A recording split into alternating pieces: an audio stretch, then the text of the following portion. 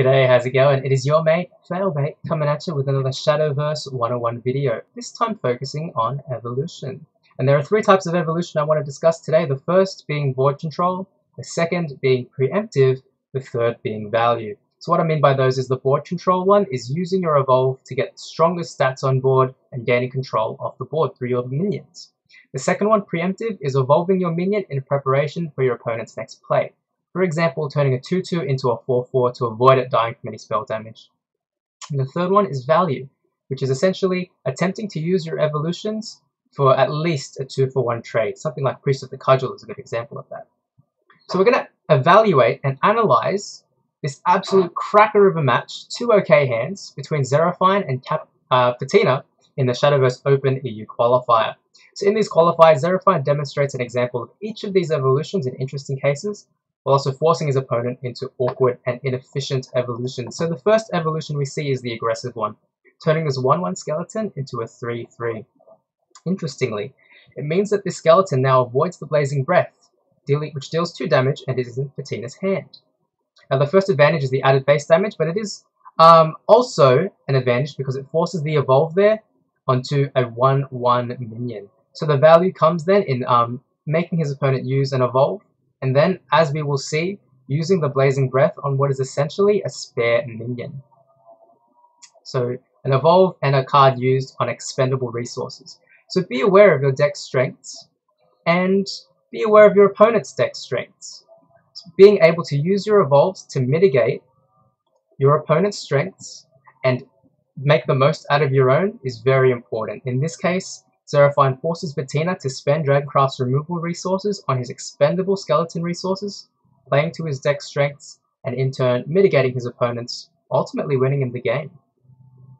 In the next scenario, we see another smart use of play points and evolution points that play to Xeraphine's deck strengths while mitigating his opponents.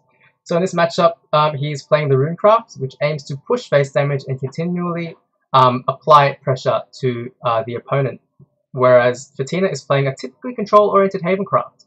But here, as we will see over the next few minutes, this Havencraft deck is forced into making inefficient and poor value trades.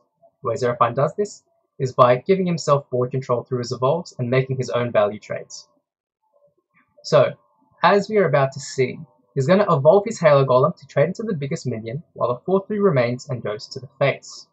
Through this evolve, Xeraphine gives himself the most amount of stats on the board, is able to remove his opponent's biggest threat and still be able to apply face pressure, playing into his deck's strength and win condition of burn damage and lethal pressure. And so, Xeraphine then, in response, will follow this up with his own play, using an evolve to hopefully aim for a value move. But he's not going to get it. So, this time with value, AoE, evolution effects are some of the best ways to gain advantage over your opponent. But he's not going to get it. Why? Because Fatina now is under the threat of more minions destroying his own and dealing face damage. As we can see, there's the Piercing Rune in hand, and he has a few evolves left himself. So, Xeraphine follows up with another aggressive evolve, turning his Dwarf Alchemist into a strong enough minion to destroy Fatina's, and then using his Piercing Rune to destroy the spare, but also dealing face damage. Now, while this choice may look similar to what Fatina had done previously with the Blazing Breath, it's very different. The reason for this is because it's playing directly into Xeraphine's win condition, which is the face damage.